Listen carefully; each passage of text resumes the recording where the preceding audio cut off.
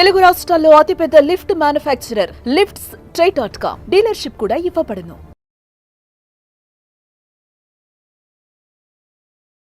Suman TV ప్రేక్షకులకి మీ నాగరావు నమస్కారాలు. యువత మేలుకో. ఏంటి నాగరావు గారు యువత మేలుకో అంటున్నారు అని మీరు అనుకోవచ్చు.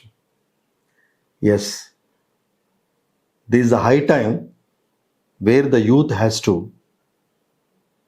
Realise the practical things going on in the life. ప్రాక్టికల్గా యువత తెలుసుకోవటం ఏంటి అని మీరు అనుకోవచ్చు. కానీ దీని ముందు ఒక చిన్న ఇంట్రడక్షన్ ఇవ్వాలి. అంటే ఎవరికి ఇబ్బంది వచ్చినా భారతదేశంలో కానీ ప్రపంచ దేశాల్లో కానీ ఎవరి హక్కులకు భంగం కలిగినా, ఎవరి ఆస్తిపాస్తులకు భంగం కలిగినా, ఎవరి విధి విధానాలకు భంగం కలిగినా, అంటే ఉద్యోగపరంగా కానీ ఏ రకంగా కానీ, అంటే ఒక్క మాటలో చెప్పాలంటే వ్యక్తి స్వేచ్ఛ స్వాతంత్రాల హక్కులకి భంగం కలిగితే మనం అప్రోచ్ అవ్వాల్సిన ఇన్స్టిట్యూషను, మనల్ని కాపాడాల్సిన ఇన్స్టిట్యూషను న్యాయస్థానాలు. ఓకే, సో ఈ ఇటీవల కాలంలో వస్తున్న ఈ న్యాయస్థానాల తీర్పులు యువత మీద పాజిటివ్ కన్నా నెగటివ్ ప్రభావం ఎక్కువ పడుతుందని నా ఉద్దేశం. అంటే ఇప్పుడు నేనేం మాట్లాడినా ఇది నా వ్యక్తిగత అభిప్రాయము, నాకు నా అనుభవాన్ని ఆపాదించుకొని మాట్లాడేది తప్పితే న్యాయస్థానాల తీర్పులను వగేరాలు విమర్శించే స్థాయి నాకు లేదు. అంటే న్యాయస్థానాలు పలు కుటుంబ సంబంధమైన వ్యవహారాల్లో ఏం చెప్తున్నాయి, దాన్ని యువత ఎలా రిప్రజెంటేషన్ చేసుకొని, ఇంటర్ప్రిటేషన్ చేసుకొని నెగిటివ్ వైపు వెళ్తున్నారు.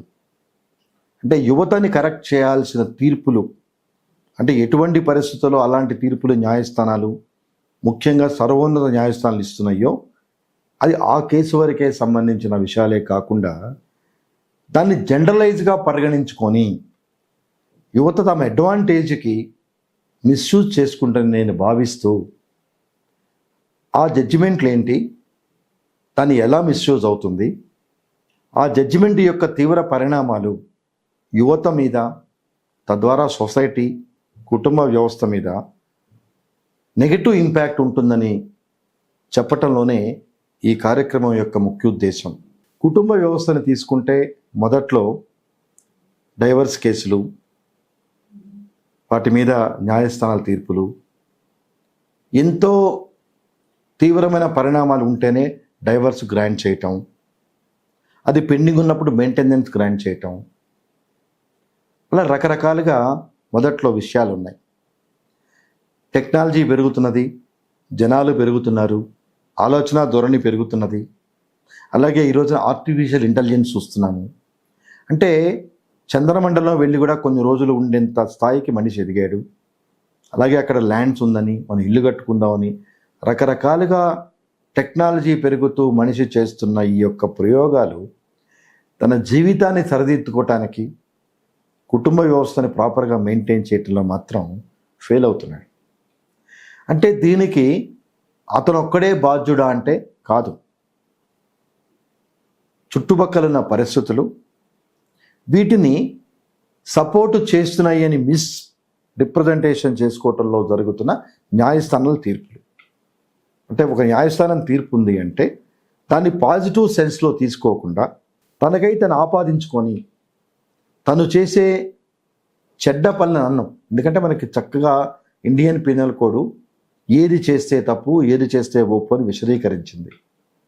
అలాగే ఏ నేరానికి ఏ స్థాయి న్యాయస్థానం దాన్ని పరిగణలో తీసుకోవాలని, ఎంత శిక్ష విధించాలని, ఇవన్నీ ఇంత చక్కగా విశదీకరించింది. అంటే ఇంత అత్యద్భుతమైన న్యాయ ప్రక్రియ జరగడానికి ఉద్దేశం ఏంటంటే ఎవరూ ఏ రకమైన తప్పులు చేయకూడదు, సంఘాన్ని ఇబ్బంది కలిగే దుష్ఫలితాలు కలిగించకూడదు. సో ఈ రకంగా తీసుకొచ్చింది. దీనిలో ఇటీవల కాలంలో ముఖ్యంగా యువత అపార్థాలు చేసుకొని తప్పుదోవ పడుతున్న న్యాయస్థానాల తీర్పులు ఎలా ఉన్నాయంటే, మన వాళ్ళు తమకు తను ఆపాదించుకొని తప్పులు చేసుకుంటూ ఆ తప్పులే ఒప్పులుగా న్యాయస్థానం చెప్పింది, ఆ పరిగణలో మేము చేస్తున్నాము అని భావిస్తున్నారు. దీనిలో ముఖ్యంగా 497 కొట్టేయటం. అంటే ఇది వరకు పెళ్ళైన వాళ్ళు వేరే భార్యతో ఉండాలన్నా, వేరే భర్తతో ఉండాలన్నా చాలా ఇబ్బందులకు గురవుతాయనే యొక్క స్టిగ్మాతో భయపడేవాళ్ళు. జరుగుతున్నాయి.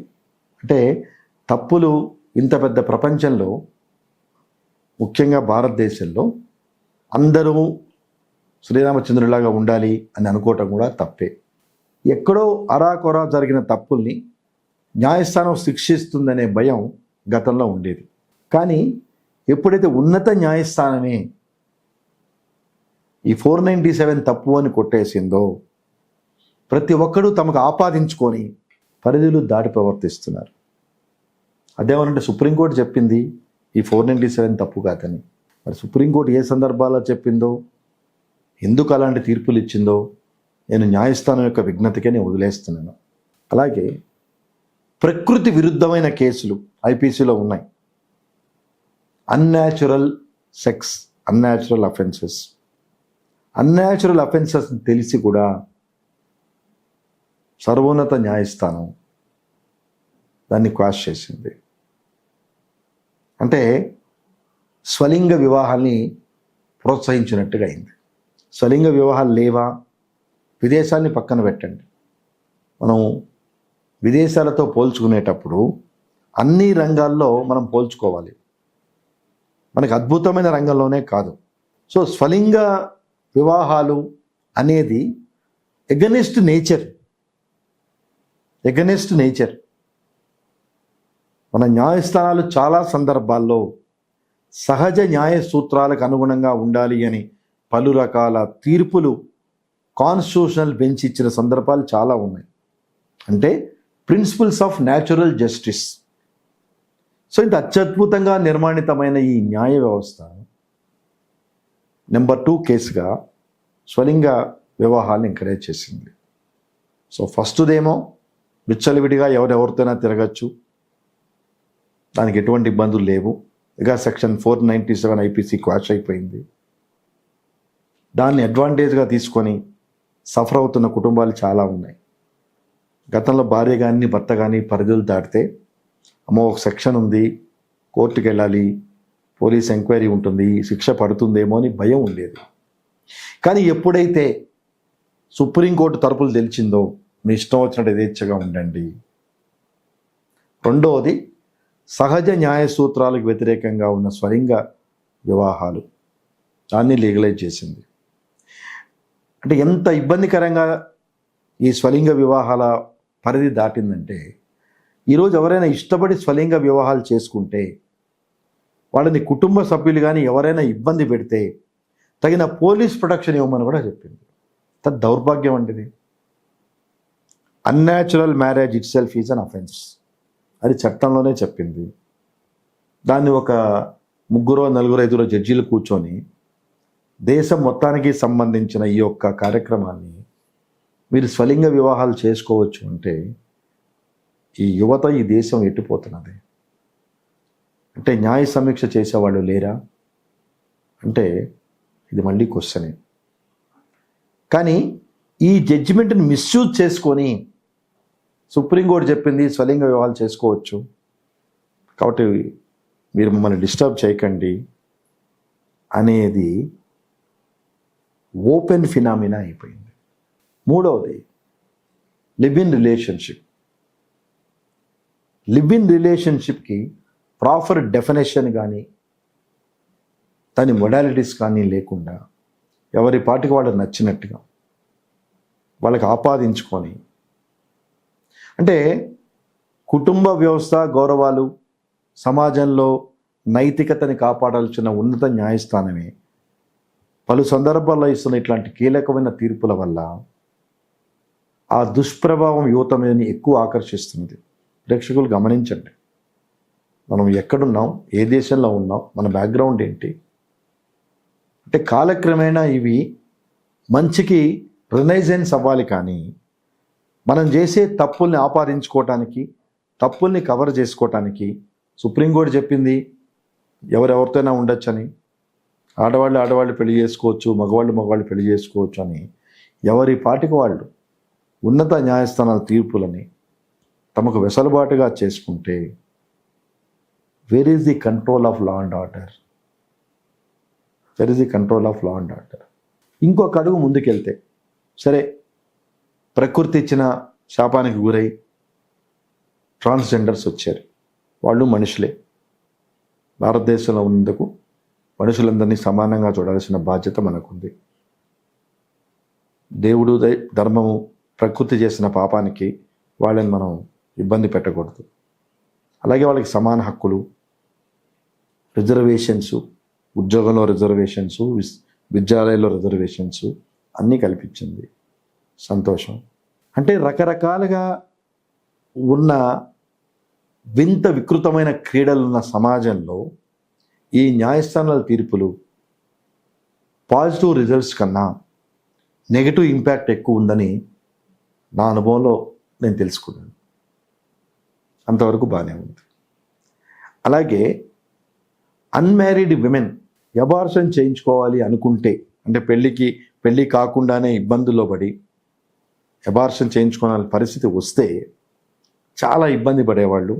డాక్టర్ దగ్గరికి వెళ్ళినా చాలా లీగల్ ఫార్మాలిటీస్ ఉండేవి. కానీ ప్రెగ్నెన్సీ ఆఫ్ టెర్మినేషన్ యాక్ట్తో దాన్ని లీగలైజ్ చేసేసారు. అంటే 24 వారాల లోపల పెళ్ళి అయిన వాళ్ళ గర్భం వస్తే అది వదిలేయండి, that is different aspect. That is between the wife and husband and her family members. Unmarried persons కూడా ఈ కోవకు కూర్చోపెట్టారు అంటే it is indirectly giving licence to do such things. అంటే పెళ్ళికి ముందు జరిగే ఇబ్బందికరమైన శృంగార కార్యకలాపాలు, దాని ప్రభావమే, అంటే నెగిటివ్ ఇంపాక్టే termination of medical pregnancy.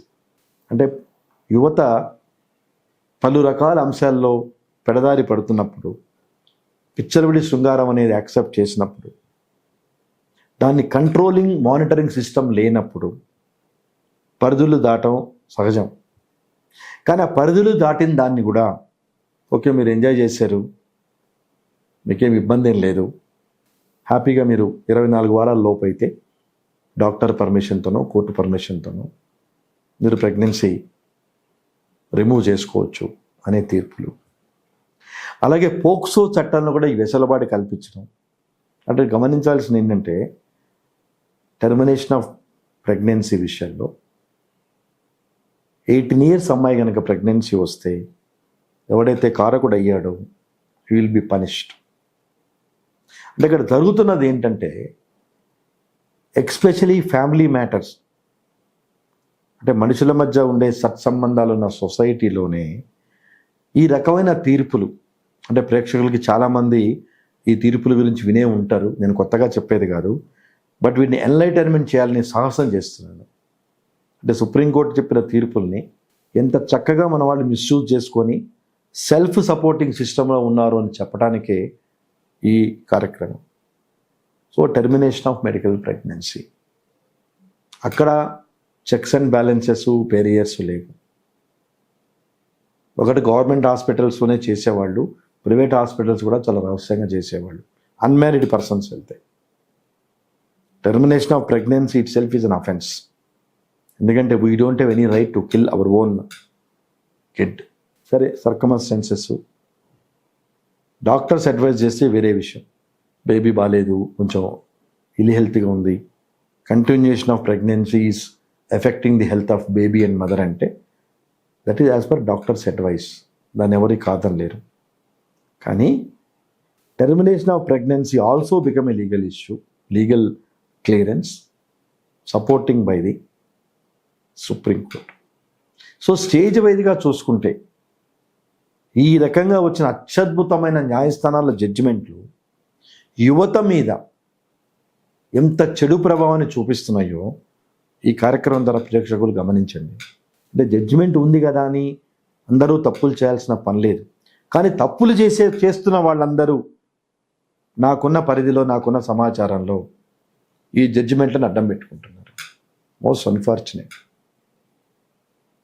So ఈ రకంగా స్టార్టింగ్లో నేను చెప్పిన ఆప్షన్ యువత మేలుకో అనేది, ఇప్పుడు నేను చెప్తున్న సంఘటనలు, న్యాయస్థానాల తీర్పులు ఎంత చెడు ప్రభావాన్ని చూపిస్తున్నాయో, ఈ రకమైన జడ్జిమెంట్లు సస్టైన్ అవుతున్నప్పుడు, అంటే ఇవి న్యాయ సమీక్షకు లోను కానప్పుడు ఫర్దర్గా రాబోయే తరాల వారికి ఈ న్యాయస్థానాల తీర్పులు ఏ రకంగా మార్గదర్శకంగా ఉంటాయో ఒక భయోత్పాతాన్ని కలిగిస్తున్న సందర్భాలు.